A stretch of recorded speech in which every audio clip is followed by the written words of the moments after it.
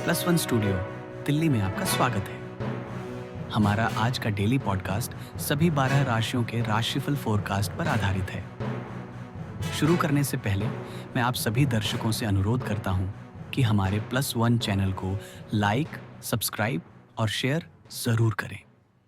और हाँ, bell icon दबाना मत भूलिए ताकि हमारे नए एपिसोड्स आपसे कभी मिस ना हों।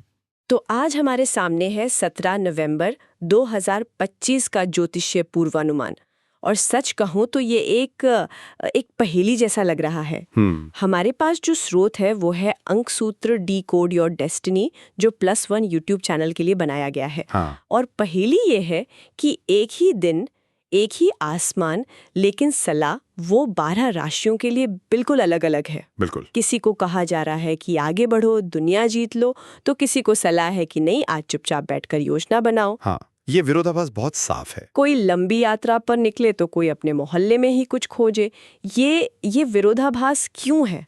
आज हमारी पड़ताल इसी गुत्थे को सुलझाने की कोशिश करेगी। और यही सवाल आज की चर्चा को इतना दिलचस्प बनाता है। क्या ये सिर्फ अलग अलग राशियों के लिए अलग अलग निर्देश हैं, या फिर इन बिखरे हुए टुकड़ों को जोड़कर कोई बड़ी तस्वीर बनती है? हाँ, कोई बड़ा छिपा हुआ संदेश। चलिए इसकी तह तक चलते हैं और देखते हैं कि इन विरोधाभासों के पीछे का सच आखिर है क्या। बिल्कुल।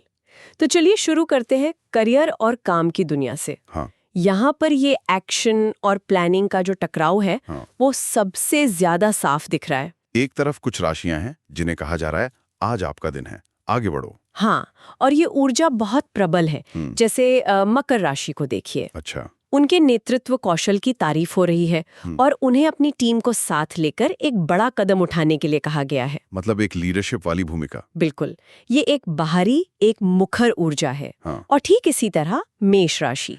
मेष का क्या है? उन्हें सलाह है कि वो पूरे आत्मविश्वास के साथ अपनी सबसे महत्वाकांक्षी परियोजना का प्रस्ताव पेश करें। उनके लिए ये दिन इनोवेशन और लीडरशिप का है। मतलब रुकना मना है। बिल्कुल। लेकिन फिर कहानी में एक मोड़ आता है। दूसरी तरफ कुछ राशियों को एकदम उल्टी सलाह दी जा रही है कि आज स्पॉटलाइट में आने का दिन नहीं है। ये थोड़ा कंफ्यूजिंग है। एक ही दिन की ऊर्जा इतनी विपरीत सलाह कैसे दे सकती है? ये कंफ्यूजिंग लगता है, लेकिन शायद ये ऊर्जा के दो अलग अलग पहलुओं को दिखाता है। अच्छा, कैसे? देखिए, वृषभ राशि को कहा गया है कि आज की गई प्लानिंग वो पूरे हफ्ते की सफलता की नींव रखेगी। नींव रखना। हाँ, उनके लिए मेथोडिकल रिव्यू यानी एक व्यवस्थित समीक्षा पर जोर है। इसी तरह वृश्चिक राशि के लिए लिखा है कि पर्दे के पीछे रहकर जो काम किया जाएगा वो शानदार नतीजे देगा। और धनु का भी कुछ ऐसा ही था ना? हाँ, धनु राशि जो आमतौर पर बहुत मुखर होती है, उसे भी सार्वजनिक मंच पर आने के बजाय तैयारी, रिसर्च और अपनी स्किल बढ़ाने पर ध्यान देने को कहा गया है। तो ये सिर्फ राशियों के बने बनाए स्वभाव को दोहराना तो नहीं है? मतलब ऐसा तो नहीं कि मेष को हमेशा एक्शन लेने को कहा जाता है और वृषभ को हमेशा प्लानिंग करने को। इसमें नया क्या है? हिसाब से इस्तेमाल करने का एक तरीका है। अच्छा। संदेश ये है कि प्रगति हमेशा आगे दौड़ने से नहीं होती।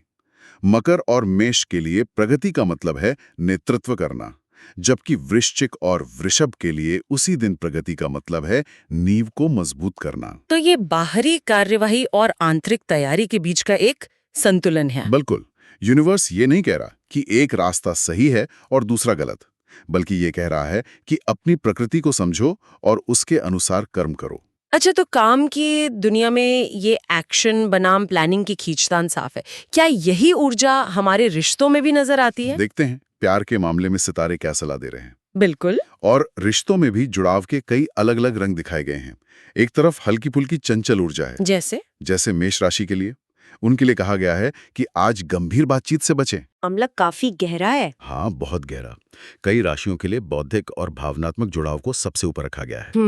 जैसे मिथुन राशि के लिए साफ लिखा है कि उनके लिए रोमांटिक स्पार्क जो है वो बौद्धिक केमिस्ट्री से पैदा होगी। मतलब विचारों का मिलना ज्यादा जरूरी है। दिलों के मिलने से भी ज्यादा। हाँ। और कर्क राशि को अपनी सबसे गहरी भावनाएं साझा करने और सच्ची बातचीत करने के लिए प्रोत्साहित किया गया है, जिससे रिश्ते मजबूत होंगे। बिल्कुल। और कुंभ राशि के लिए भी शारीरिक आकर्षण से कहीं ज्यादा बौद्धिक आकर्षण को महत्व दिया गया है। अरे वाह!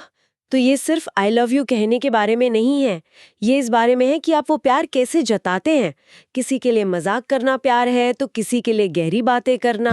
और मुझे याद है कन्या राशि के लिए कुछ और ही था। आपने बिल्कुल सही पकड़ा। कन्या राशि जो अपनी व्यावहारिकता के लिए जानी जाती है, हाँ, उसे बताया गया है कि बड़े बड़े रोमांटिक शब्दों से ज्यादा छोटे छोटे व्यवहारिक काम मायने रखते हैं। जैसे पार्टनर के लिए कोई काम कर देना या उनकी किसी जरूरत का ख्याल रखना। ये दिखाता है कि उस दिन की ऊर्जा हर राशि को अपने मूल तरीके से प्यार जताने की आजादी दे रही है। ये वन साइज फिट्स ऑल वाला प्यार नहीं है। बिल्कुल नहीं है। ये दिलचस्प है। अब तक हमने देखा कि करियर हो या प्यार, हर किसी को अपने तरीके से काम करने की सलाह दी जा रही है। लेकिन एक विषय है जो मुझे लगता है कई राशियों के लिए कॉमन है, और वो है आत्मनिरीक्षण यानी सेल्फ रिफ्लेक्शन। ऐसा लग रहा है जैसे कई लोगों को अपने अंदर झांकने को कहा जा रहा है। ये आज की हमारी पड़ताल का सबसे बड़ा सूत्र है। अच्छा। हाँ, ये वो धागा है जो कई अलग अलग राशियों को एक साथ पिरोता है। स्रोत इसे पतझड़ की घटती ऊर्जा से जोड़ता है। पतझड़ की घटती ऊर्जा, ये तो काफी काव्यात्मक है ना? ये कहने का एक तरीका है कि अब बाहरी दुनिया की भागदौड़ से ध्यान हटाकर अपनी आंतरिक दुनिया पर लगाने का समय है। इसके कुछ उदाहरण दीजिए, क्योंकि ये बहुत गहरा विषय लग रहा है। जरूर। देखिए, मेष राशि, जिसे हमने करियर में एक्शन लेते देखा था, हाँ। उसे भी निजी जीवन में पुराने ढर्रे छोड़ने और ये सवाल करने के लिए कहा गया है कि मैं असल में कौन हूँ। सिंह राशि, जो हमेशा चमकना चाहती है, उसे भी गहरी आत्म खोज करने को कहा गया है, और ये पूछने को कि क्या उनका मौजूदा रास्ता वाकई उनकी आत्मा की आवाज है। बिल्कुल। और धनु राशि को तो दार्शनिक चिंतन करने और अपनी पुरानी मान्यताओं पर ही सवाल उठाने की सलाह दी गई है। अगर हम इसे बड़ी तस्वीर से जोड़कर देखें तो यह उस दिन के एक सामूहिक मिजाज की ओर इशारा करता है। मतलब एक पॉज बटन दबाने जैसा। हाँ बिल्कुल, आगे बढ़ने से पहले रुकने, सोचने और खुद को फिर से व्यवस्थित करने का एक क्षण। ये सिर्फ व्यक्तिगत सलाह नहीं है, बल्कि एक साझा ऊर्जावान माहौल की बात है। एक मिनट, यहाँ एक और विरोधाभास है जो मुझे अभी अभी दिखा। यात्रा। अच्छा। अगर सबको अंदर झांकने को कहा जा रहा है तो घूमने फिरने की सलाह तो नहीं होनी चाहिए, पर यहाँ भी कहानी में एक ट्विस्ट है। किसी एक को हरी झंडी मिली है ना? हाँ, और ये बहुत दिलचस्प है। सिर्फ एक राशि है जिसे लंबी यात्राओं के लिए प्रोत्साहित किया गया है। और वो कौन सी है? मेष।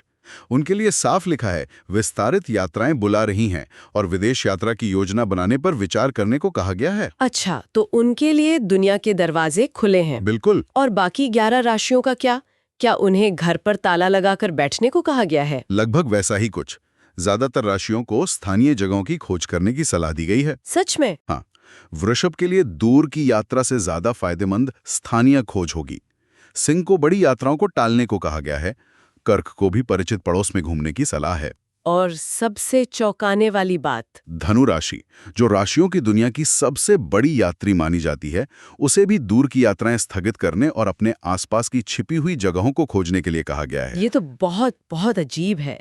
धनु को यात्रा से रोकना, इसके पीछे क्या तर्क हो सकता है? ये सिर्फ एक संयोग तो नहीं हो सकता। नहीं, ये संयोग नहीं है। यह हमारे आत्मनिरीक्षण वाले विषय से सीधे जुड़ता है। कैसे?